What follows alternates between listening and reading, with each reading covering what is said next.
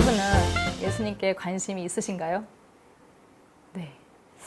원래 사랑하는 사람한테 관심이 저절로 가게 마련이죠. 우리가 관심을 가지려고 막 노력하는 것이 아니라 그냥 궁금해지는 거죠. 지금 한번 사랑하는 사람을 한번 생각을 해보세요. 머릿속에. 지금 뭐 할까? 궁금하시죠? 뭘 좋아할까? 혹시 필요한 게 뭐가 있을까?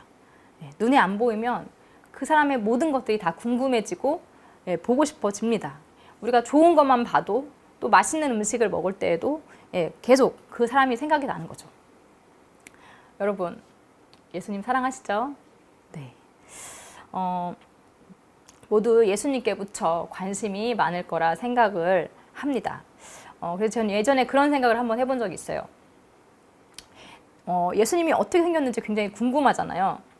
그래서 실제로 보고 싶기도 하고 너무 이렇게 그분의 어떤 이렇게 행위들 이런 것들 전부 다 너무 궁금해서 내가 예수님이 계셨던 그때 그 시절 그 장소에 있었다면 어땠을까? 내가 예수님을 바로 알아볼 수 있었을까? 막 이런 상상을 해본 적이 있었습니다. 그리고 도대체 왜 사람들이 예수님을 그리스도로 알아보지 못하는 거지? 막 여기에 대한 이런 궁금증도 있었어요. 저 말고도 그런 궁금증을 한 번쯤은 다 생각해 보신 적이 있을 것 같아서 오늘은 그들은 왜 그리스도를 알아보지 못했는가? 라는 제목으로 함께 말씀을 나누고자 합니다. 자, 그들은 왜 그리스도를 알아보지 못했을까요? 요한복음 6장 26절 그쪽에 보시면요. 예수께서 대답하여 이르시되 내가 진실로 진실로 너희에게 이르노니 너희가 나를 찾는 것은 표적을 본 까닭이 아니요 떡을 먹고 배부른 까닭이로다 라고 말씀하고 계세요. 이 말씀 바로 앞절을 보면 6장 1절에서 13절 내용을 보시면 거기서는 예수님의 오병이어의 기적들이 나오고 있어요. 기적이 나오고 있어요. 보리떡 5개와 물고기 2마리로 5,000명쯤 되는 사람들을 먹이신 그 기적이요. 그 기적을 겪은 이제 사람들은요, 예수님을 막 찾아다닙니다. 그런 사람들에게 예수님께서 이 말씀을 하신 거죠. 너희가 나를 찾아온 것은 기적을 보았기 때문이 아니라 떡을 먹고 떡을 실컷 먹었기 때문이다. 이 말씀을 하시는 거죠.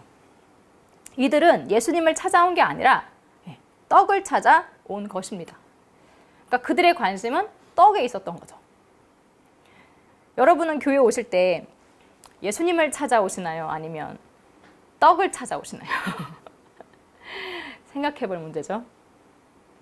오병이어의 기적을 본 무리들은 기적을 일으킨 그 예수님보다는 그 자신들이 먹은 떡에 더 관심이 있었습니다. 그래서 예수님을 그리스도로 알아보지 못했습니다. 예수님은 그런 사람들에게 말씀하시죠. 27절에 썩을 양식을 위하여 일하지 말고 영생하도록 있는 양식을 위하여 하라.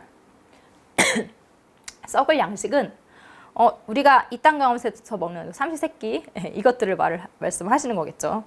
그런데 예수님은 이런 것들을 위해서 일을 하지 말고 영생하도록 있는 양식을 위해서 일하라 라고 말씀을 하고 계십니다. 영원한 생명을 누릴 때까지 있는 양식. 이 양식은 예수님이 주신다고 하셨습니다. 그리고 자신을 생명의 떡이라고 소개를 하고 계십니다. 이 생명의 떡을 먹어야 영원히 살 것이라고 말씀하고 있습니다. 즉 27절에 우리가 앞에서 읽은 말씀은 썩을 양식이 아닌 영생을 주실 예수님을 위해 일하라는 것입니다. 그리고 그 일은 예수님을 믿는 것입니다. 6장 29절, 요한복음 6장 29절 보시면 하나님께서 보내신 이를 믿는 것이 하나님의 일이니라 라고 나와 있어요. 예수님의 말씀은 영적인 것이라 아무리 똑똑하고 또 모세오경에 굉장히 빠삭했던 율법에 굉장히 빠삭했던 그 유대인들이라 할지라도 무슨 말인지 도저히 알아들을 수가 없었어요. 그래서 52절에 보면 서로 다투죠. 유대인들이 서로 다투어 이르되 이 사람이 어찌 능히 자기 살을 우리에게 주어 먹게 하겠느냐. 예수님 말씀을 이해하지 못하니까 막 엉뚱한 소리들을 합니다. 그리고 제자들끼리도 서로 막 수근수근 돼요. 말씀이 어렵다고. 결국 제자 중 다수가 이 말씀을 듣고 예수님을 떠나게 됩니다. 귀가 있어도 듣지 못하고 눈이 있어도 보지 못했던 거죠. 사람들은 예수님을 직접 눈으로 보면서도 믿지를 못했습니다. 영생의 말씀을 이해할 수 없는 자들은 예수님을 알아보지 못하고 또 믿지도 못합니다. 그들의 관심은 오직 현실이고 또 현실 가운데 잘 먹고 잘 사는 것이기 때문에 그게 가장 중요했기 때문에 예수님을 제대로 보지 못한 거죠. 결혼하고 취업하고 돈 벌고 직장만 하고 노후 준비하고 이런 것들에만 관심을 가지고 있는 사람들은 예수님을 알아볼 수 없습니다. 자, 그리고 또 그들은 왜 그리스도를 알아보지 못했을까요? 여기서 보면 예수님의 형제들이 나와요. 그 예수님의 형제들이 예수님에게 이렇게 말합니다. 요한복음 7장 3절에서 4절을 보시면 당신이 행하는 일을 제자들도 보게 여기를 떠나 유대로 가소서. 스스로 나타나기를 구하면서 묻혀서 일하는 사람이 없나니 이 일을 행하려 하거든 자신을 세상에 나타내소서. 형제들의 관심은 예수님이 그리스도라는 것이 아니라 예수님의 세상적인 성공이었습니다. 그래서 형제이니까 조언을 한답시고 오늘 이 말씀을 한 거죠. 큰일 하려면 좁은 갈릴리에만 있지 말고 좀 더 큰 무리인 그 유대에 가서 세상에 예수님의 능력을 이렇게 드러내십시오라고 이렇게 얘기를 하는 거예요. 사람들에게 인정받고 유명해져서 모두가 알아주는 사람이 되라는 거죠. 그들이 그렇게 말했던 이유는 예수님이 그리스도라는 것을 믿지 못했기 때문이에요. 그저 예수님이 뭐 기적도 일으키고 또 사람들도 많이 따르고 이렇게 말씀도 잘 하시고 하니까 그런 것들로 이제 세상적으로 성공하길 바랬던 거죠. 예수님이 해야 할 일이 뭔지 형제들은 알지도 못했고 이해하지도 못했습니다. 그럼 그들에게 예수님께서는 내 때는 아직 이르지 않았다라고 하시면서 요한복음 7장 7절에 세상이 너희를 미워하지 아니하되 나를 미워하나니 이는 내가 세상의 일들을 악하다고 증언함이라고 말씀을 하십니다. 즉 예수님의 사역은 세상에서 유명해져서 모두에게 찬사를 받는 그런 일들이 아니라 즉 세상적인 성공이 아니라 오히려 세상으로부터 미움을 받는 일이라는 것이죠. 예수님의 사역은 육적인 것이 아닌 영적인 것이었기 때문입니다. 예수님의 최종 사역은 뭐였죠? 십자가에 못 박히셔서 이 세상의 모든 죄인들을 위해서 죽으시고 다시 사시는 구원하시는 그 일이 예수님의 최종 사역이었습니다. 즉 예수님이 세상이 말하는 성공과는 반대였죠. 하지만 영적으로는 완전한 성공적인 그런 일이었습니다. 왜냐하면 사탄의 머리를 밟는 그런 사건이었기 때문이죠. 영적으로 죽을 수밖에 없었던 많은 사람들이 예수님의 그 십자가 사건으로 인해서 구원을 얻을 수 있는 기회를 얻었으니까요. 지금 우리가 이 자리에 앉아 있을 수 있는 그 이유도 바로 이 예수님의 보혈 덕분임을 우리는 늘 잊어서는 안 됩니다. 세상에서의 성공에 집중하다 보면요, 영적인 것을 바라볼 여유가 없어져요. 특히 우리가 자식의 일일 경우는 부모님들이 이렇게 많이 영적으로 흔들립니다. 내 자식이 세상에서 성공했으면 좋겠다는 생각에 영적인 일들을 자꾸 이렇게 뒤로 미루고 때로는 무시할 때가 많습니다. 그래서 자주 영의 일보다는 육의 일을 더 우선으로 할 때가 있죠. 그러니까 부모님들은 뭐 권사님이고 뭐 장로님이고 하니까 믿음이 있으니까 잠시 잠깐 뭐 영적인 일 하지 않고 육의 일을 하면서도 내 영의 것을 지킬 수 있다고는 하지만 그 자녀들은 아직 아니잖아요. 그죠? 아직 예수님이 구원자이심도 잘 모르는 그 아이들에게 육의 일을 우선시하게 하다 보면 당연히 교회를 떠날 수밖에 없습니다. 예수님이 누구인지 아는 것이 그 어떤 일보다 가장 중요한 일입니다. 자, 그리고 세 번째로, 그들은 왜 그리스도를 알아보지 못했을까요? 요한복음 보시면 이제 예수님은 계속해서 자신이 누구신지 말씀을 하고 계세요. 그런데 대제사장들과 바리새인들은 예수님을 오히려 잡아서 죽이려고 합니다. 그들은 예수님을 그리스도로 믿는 사람들에게 이렇게 말을 하죠. 요한복음 7장 49절에 율법을 알지 못하는 이 무리는 저주를 받은 자로다. 제사장과 바리새인들은 누구보다 율법을 잘 아는 사람들이었어요. 그러나 그들은 예수님이 누구신지 알아보지 못했습니다. 그들은 자신들이 가진 지식에 강한 믿음이 있었어요. 그래서 요한복음 7장 41절 42절에 어떤 사람은 그리스도라 하며 어떤 이들은 그리스도가 어찌 갈릴리에서 나오겠느냐, 성경에 이르기를 그리스도는 다윗의 씨로 또 다윗이 살던 마을 베들레헴에서 나오리라 하지 아니하였느냐 하며, 그러니까 자신들이 알고 있는 이 지식과 다른 예수님의 모습에 예수님은 그리스도가 아니라고 계속 말을 하고 있는 거죠. 사실 예수님은 어디서 태어나셨죠? 베들레헴에서 태어났었잖아요. 그런데 그것을 모르고 이제 갈릴리에서 태어난 줄 알고 예수님이 그리스도가 아니라고 계속 말을 하는 거죠. 그리고 율법을 알지 못하는 자들은 저주를 받은 자라고까지 이렇게 말을 하는 거죠. 오히려 그 반대인데 말이죠. 예수님은 그들에게 내가 너희와 함께 조금 더 있다가 나를 보내신 이에게로 돌아가겠노라. 너희가 나를 찾아도 만나지 못할 터이요 나 있는 곳에 오지도 못하리라 라고 말씀하셨습니다. 즉 예수님을 믿지 않는 그들은 하나님의 나라에 들어가지 못할 것이라는 거죠.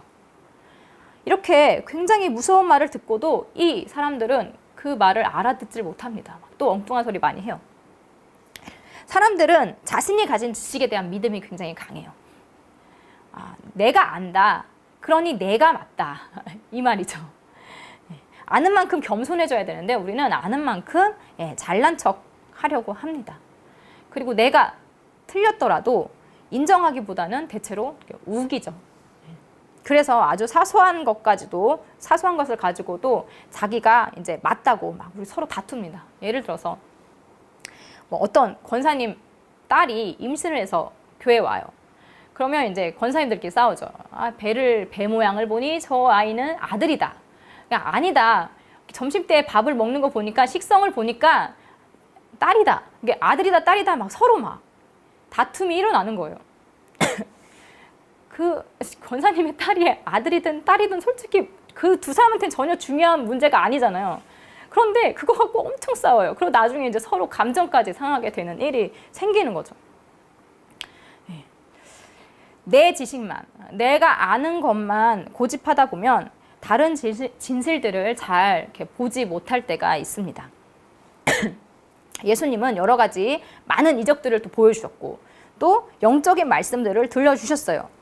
7장 46절 보시면 그 사람이 말하는 것처럼 말한 사람은 이때까지 없었나이다. 이 고백을 누가 한지 아세요?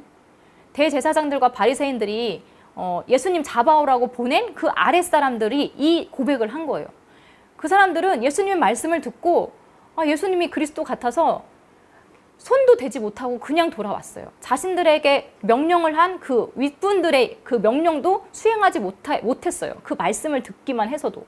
그런데 이 아랫사람들도 다 알아들은 그 말을